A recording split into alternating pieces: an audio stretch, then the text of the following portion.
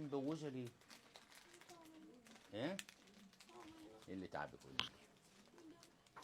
الجرح ولا العمليه كلها؟ يعني الخط بتاع الجرح بس اللي وجعك؟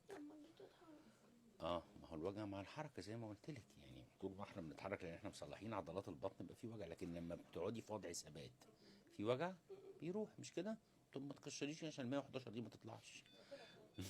طلعت خلاص. طب في حاجه تاني غير الوجع تعباكي؟ ايه بس هنعيط؟ حد زعلك من الدكاتره اللي موجودين هنا؟ كلهم ممتازين. طب امال ايه؟ مش متهيألي حابه الدكتوره دي؟ كلهم ممتازين بجد. كلهم؟ مفيش كلهم. اكسبشن يعني؟ مفيش حد وحش؟ خالص.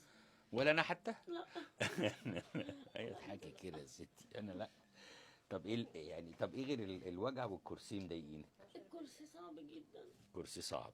وبعدين انا مش عارفه بعد ما اطلع اتصرف ازاي. هاتوا لي المناديل ورق لو سمحت. معايا هنا اهي.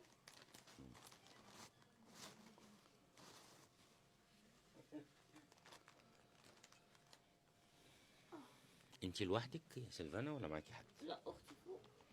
اه، يعني انت لما تروحي معاكي حد يخدمك في البيت؟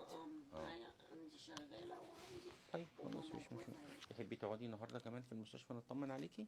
مش